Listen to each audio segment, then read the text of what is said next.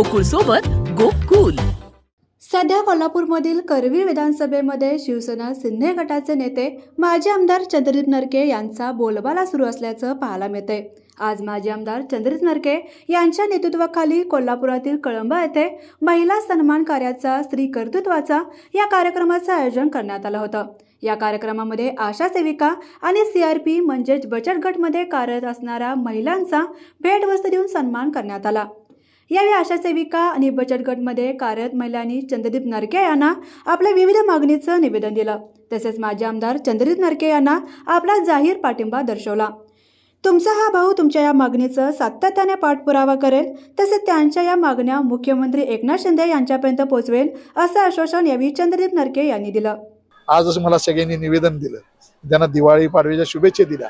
परंतु आशा वर्कर असतील, त्याचबरोबर आमच्या मदतनीस असतील किंवा CRPचे असतील, त्यांचं मानधन वाढवणं, त्याच्या संदर्भात त्यांचं अपुरं असणारं आणि सगळ्या सामान्य कुटुंबातल्या आमच्या माता भगिनी आहेत, त्यांचं सुद्धा जीवन सुखकर व्हावं यासाठी त्यांनी अनेक आंदोलनं केली, सगळी केली.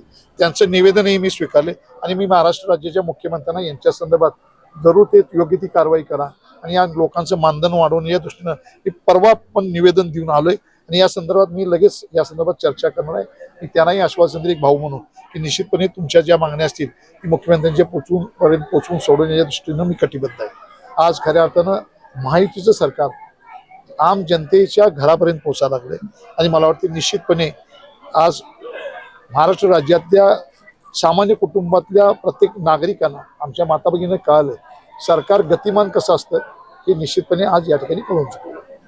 यावेळी अजित नरके, डॉक्टर सुप्रिया पाटील, राजलक्ष्मी नरके, देविका पाठक, जिल्हा परिषद महिला सभापती कोमल मिसाळ यांच्यासह अनेक पदाधिकारी तसेच करवीर, पन्हाळा, गगनबावडा तालुक्यातील आशा सेविका आणि बचत गट महिलांनी मोठ्या संख्येने उपस्थिती लावली होती.